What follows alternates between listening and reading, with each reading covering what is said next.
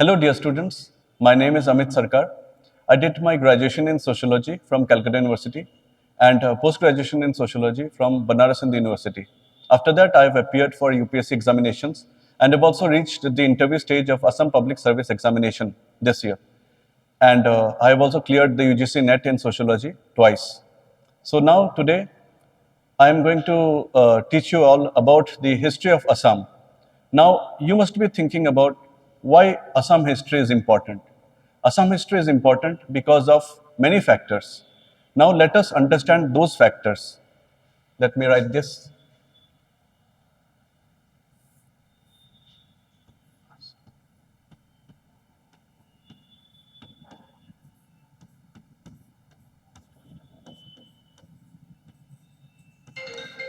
Now, when we think about Assam, I understand most of you guys will visualize about the tea plantations, the oil in Digboy, and the refineries, right? But there is much more to Assam than just tea and oil. So, what is that? The state of Assam resembles something like this, like an inverted T, right? This is the map of Assam. Now, Assam is situated in a very geostrategic location where we have not just other countries but adjacent states also. Now, these states hold significant importance not just to India but to the overall international affairs of India. For example, the most important state right now is Manipur, right? Manipur. So, once you get an idea of the history of Assam, you will automatically understand how the present situation in Manipur has come to this situation. Even when we look at the current situation of Assam, for example, the burning topics like Citizen Amendment Act, NRC, to understand this, a student from any other place will find extreme difficulty in understanding why these topics are so much relevant in Assam. And to understand this, you need to have an understanding of what happened before in Assam. So we understood that first, international relations, right? International relations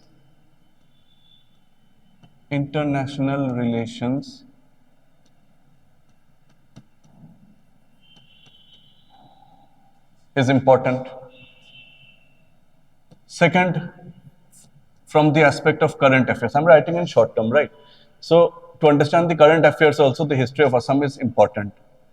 And third, to understand the relationship of India with adjoining countries, which hold extreme importance to India, such as Bangladesh, Myanmar, and most important, China. And if you consider this part, here we have Bhutan. So these are extremely important countries in terms of the international relations of India is concerned. So let us start to delve into the topic which are included in the history of Assam. So for that, let's go to the next page. Let me erase this.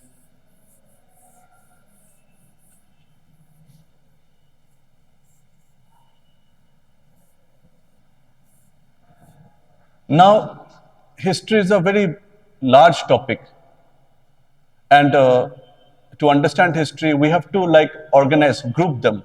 Group करने से बहुत आसानी होती है किसी भी चीज को, राइट? तो हम लोग इसको ग्रुप कर लेते हैं. कैसे ग्रुप करेंगे? हम लोग ईयर से देखेंगे. जैसे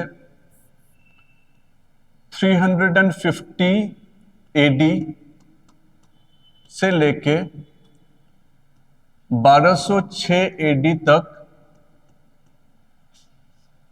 हम इसे एंशंट पीरियड कहेंगे.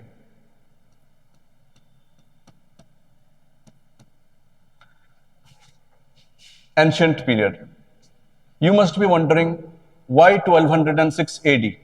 Well, 1206 एडी में ऐसा क्या हुआ था जिसके वजह से हम एंशियंट से हम दूसरे पीरियड में आ गए हैं? उसका वजह है क्योंकि in 1206 AD Bakhtiyar Khilji, Khilji dynasty you must have read right, तो खिलजी डायनेस्टी का बख्तियार खिलजी ने अटैक किया था असम को. तो after that everything changed. So from 1206 AD till 1826 AD, we count it as medieval history. Why 1826? This is not just a random number. Something must have happened in 1826, right? So what happened in 1826 was that the British annexed Assam. From whom? From the Burmese, from the king of Burma, whose name was Bodo Paya. So this important phase is also known as the Treaty of Yandabo.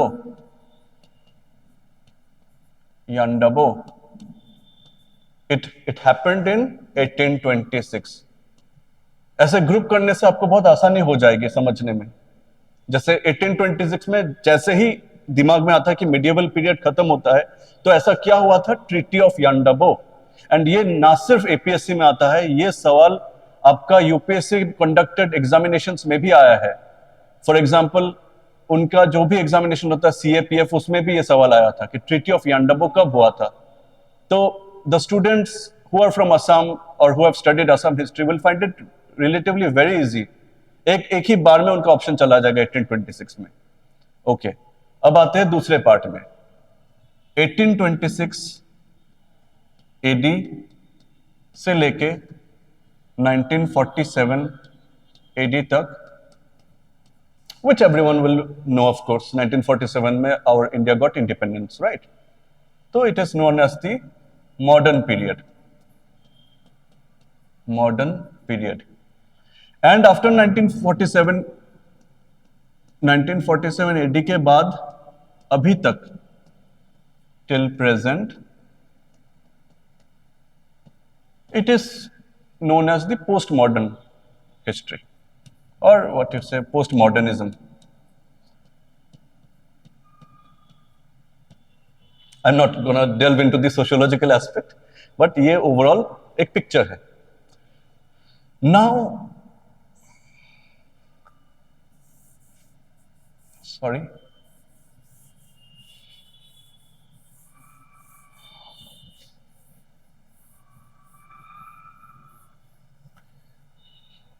Now coming to the ancient period. Ancient period तो 350 AD से लिखा था, right? 350 AD से 1206 AD तक ancient period था. But then history which is documented can be studied, and documentation of history is very important. Documentation के वजह से हम लोग history को जान पाते हैं. Documentation किस तरह से होता है? Documentation of history.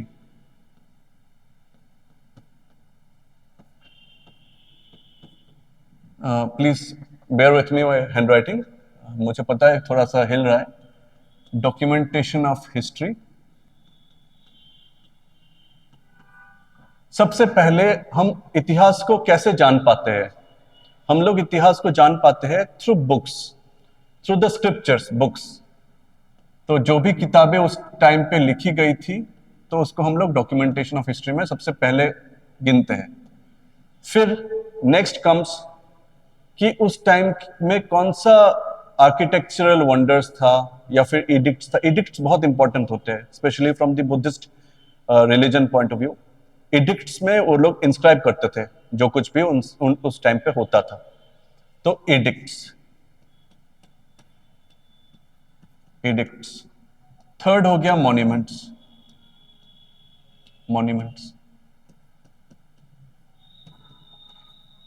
अब आते हैं बुक्स पे. देखिए 2 साल 3 साल पहले के बुक्स भी मतलब बहुत डिफिकल्ट होते हैं टू प्रिजर्व. 100 साल पुराने तो और भी डिफिकल्ट हो जाएंगे.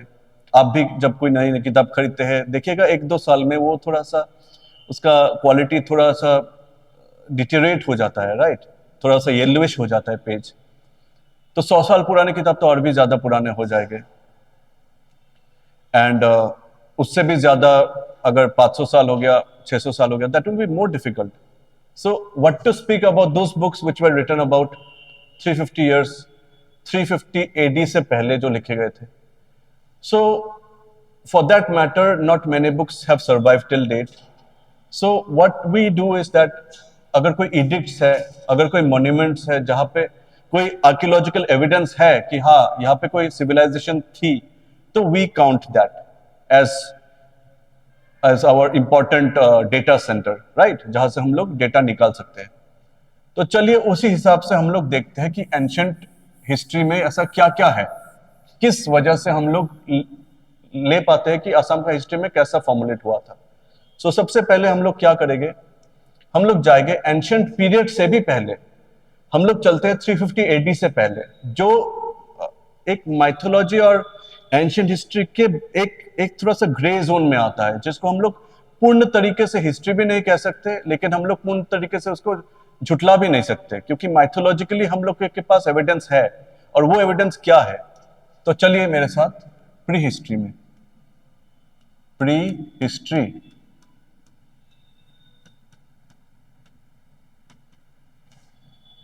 which is before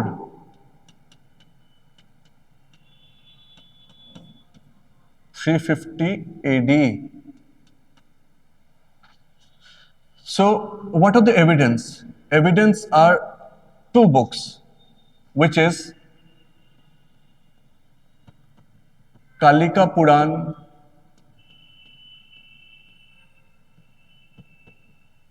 and योगिनी तंत्र।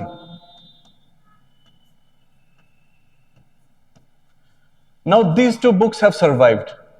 अब ये थोड़ा डिबेटेबल है कि इन बुक्स को कब लिखा गया था, कब इनको एक स्ट्रक्चर में, ढांचा में, इनको लिपि में लिखा गया था, बट इनमें से हम लोगों को कई तथ्य मिलते हैं, कई फैक्ट्स मिलते हैं एंड एविडेंस भी मिलते हैं कि प्री हिस्ट्री में क्या क्या हुआ था। फॉर एग्जाम्पल हम लोग सबसे पहले जो चीज हम लोगों को मिलता है वो है कि इस जगह का नाम क्या था, उसको कहा गया था in ancient period as Kamrup. अब इसके पीछे भी एक माइथोलॉजिकल टेल है, विच इज कि lord Shiva used to do penance here, used to do meditate in this land which is known as Kamrup.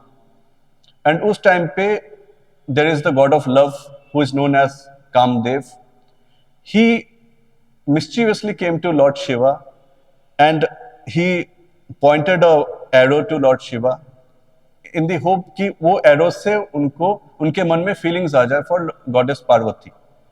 Lord Shiva तो उनको सब पता ही होता है, तो उनको जब पता चल गया था कि ये कामदेव का काम है, तो he burned Kamadeva to ashes। उसके बाद कामदेव ने माफी मांगी, तो लॉर्ड शिवा ने उनको माफ किया और कहा कि उधर में जाओ कामरूप में एंड जाके you'll get healed of these। तो he came to Kamrup and he was healed।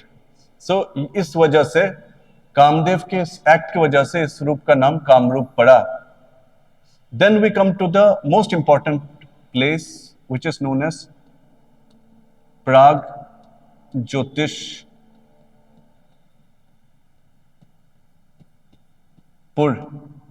या फिर एंशिएंट टाइम में इसको पुरा कहते थे, प्राग ज्योतिषपुरा। तो इस सिटी को हम लोग एट प्रेजेंट कैसे जानते हैं, the modern city of Guwahati. Now why is Pragjyotishpur important? Pragjyotishpur का मतलब क्या होता है? प्राग ज्योतिषपुर का मतलब होता है सिटी ऑफ ईस्टर्न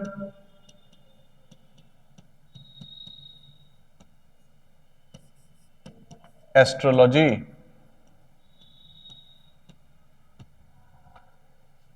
एस्ट्रोलॉजी में काफी यकीन रखते थे उस टाइम में भी, अब आज भी रखते हैं, आप देख ही सकते होंगे। तो उस टाइम पे ये मेन सेंटर था एस्ट्रोलॉजी का। तो एस्ट्रोलॉजी की वजह से यहाँ पे ईस्टर्न एस्ट्रोलॉजी होता था। ईस्टर्न मतलब गुवाहाटी तो ईस्टर्न में ही है, तो इसलिए इसको सिटी ऑफ ईस्टर्न एस्ट्रोलॉजी कहा जाता है। नाउ इतना तो हम लोगों को समझ में आ गया, ओके, नाम पता चल गया, एक सिटी भी पता चल गया। चलिए अभी आते हैं नेक्स्ट पार्ट में। अब नेक्स्ट पार्ट क्या है?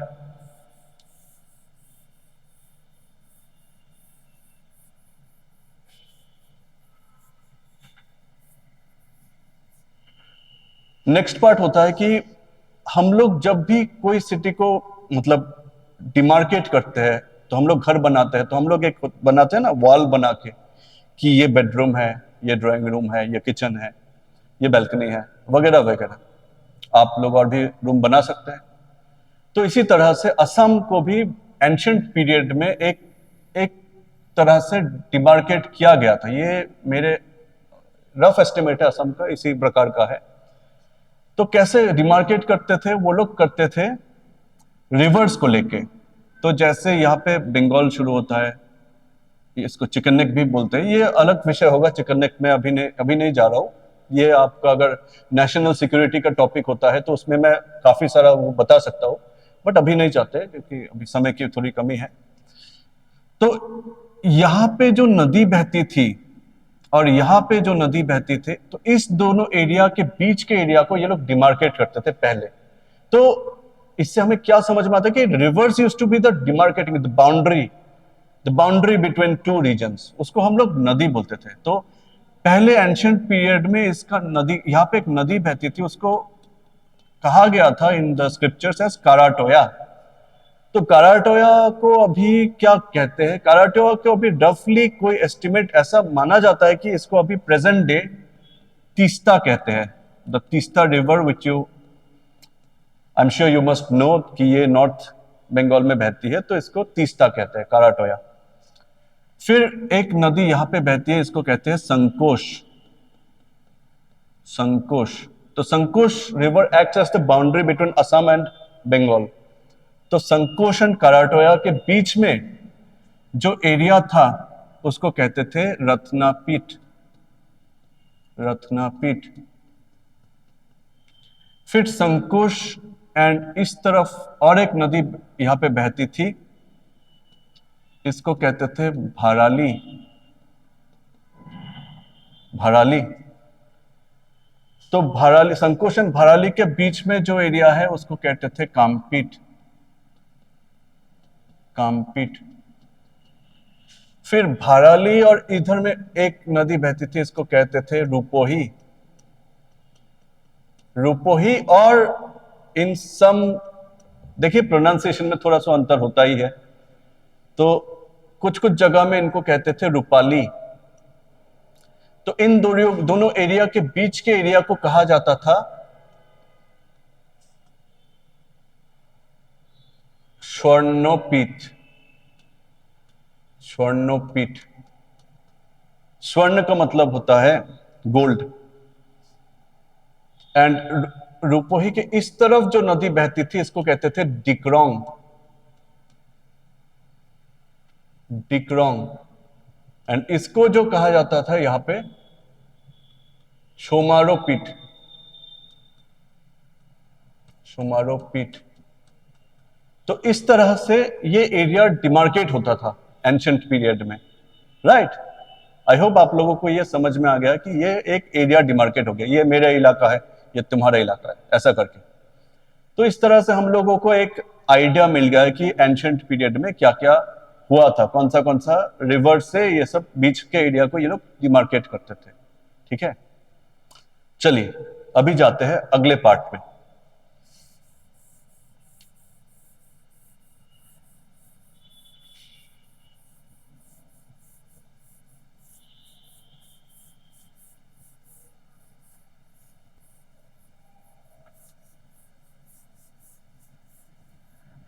अभी हम लोगों को समझ में आ गया इतना कि नाम कैसे पड़ा जगह का, सिटी का नाम क्या था, एरिया कौन सा था, डिमार्केशन कैसा हो गया। चलिए इतना तो हम लोगों को समझ में आ गया। अभी चलते कि सबसे पहले जो सवाल आता है कि अच्छा चलो जगह आ गया, मालूम पड़ गया, एरिया मालूम पड़ गया, अब घर में रहता कौन है? तो एड्रेस पता चल गया, कोई तो रहता होगा। तो उस समय में हम लोगों को इन सब कालिका पुराण एंड योगिनी तंत्र से पता यह चलता है कि असम में सबसे पहले, जो मैंने कहा था ना, एक माइथोलॉजी और हिस्ट्री के बीच में एक ग्रे जोन है, उसको प्री हिस्ट्री बोलते हैं। तो उस टाइम पे हम लोग को पता चलता है कि सबसे पहले जो डायनेस्टी था, उस डायनेस्टी का नाम था दानवा डायनेस्टी।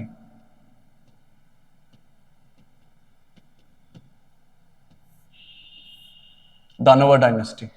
तो दानव, तो एज वी ऑल नो, हम लोग इंडिया में रहते हैं, मैथोलॉजिकल सीरियल्स इन सब में सुनते हैं दानव, रावण दानव थे। तो इसी तरह से दानव डायनेस्टी था उस टाइम पे। तो the founder of this dynasty कौन थे?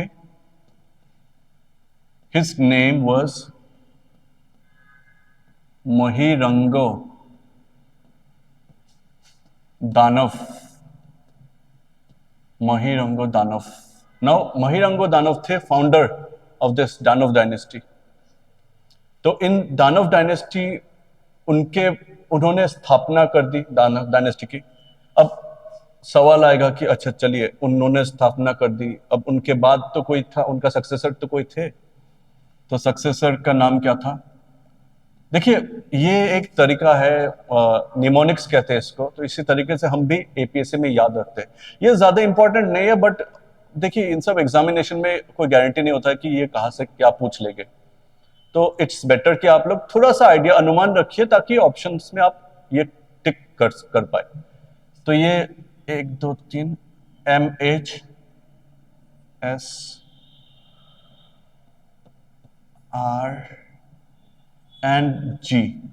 ये मैंने ऐसे करके MHSRG करके ये निमोनिक से याद रखा है। अब बहुत आसान है। महिरंग दानव, दानव मतलब असुर, तो असुर एक टर्म होता था। तो उनका जो बेटे थे, उनके सक्सेसर, इनको कहा जाता था हटाकासुर। हटाकासुर। फिर उनके बेटे थे Sambarasur, and his son was Ratnakasur. And after that the successor became Ghatakasur. Ghatakasur. इतना भी अगर याद रहे तो आपको एक क्लियर आइडिया मिल जाएगा। ओके, ऐसे क्रोनोलॉजी है। अब एक मीम भी चल रहा है कि क्रोनोलॉजी को समझिए। तो चलिए, इतना हमें समझ में आ गया। तो after that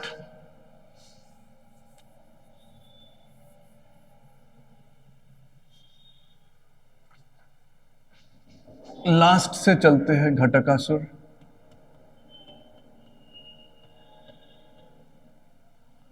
He was killed by a certain king whose name was Narakasur. Now this Narakasur is very important. Why is he important? दो एस्पेक्ट है। पहला एस्पेक्ट है कि he started a new dynasty which is known as Bhoma dynasty. Bhoma dynasty.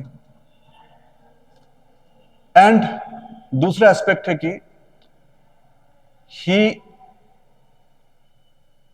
what you say, laid the foundation and created the architectural design of the most important place in Guwahati,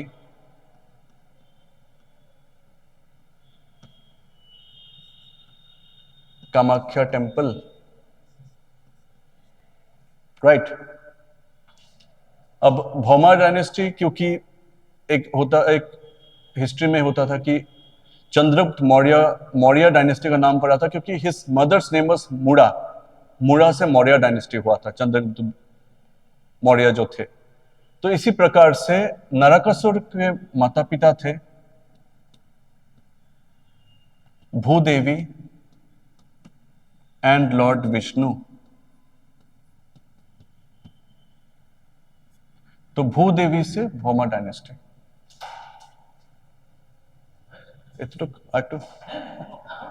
तो okay, after that he established the Bhauma dynasty, and उसके बाद जो भी उनके वंशज बने, उनके बाद हमको पता चलता है कि क्या क्या और भी हुआ है। तो उसके लिए अभी तक इतना ही I think will be sufficient. So in the next class, I will be teaching about the next aspects. उनके descendants कौन थे, कैसे करके भौमा डायनेस्टी और भी ग्रो हुआ, इन्फ्लुएंशियल बना एंड कैसे ये रीजन और भी ज़्यादा डेवलप हुआ. So thank you so much.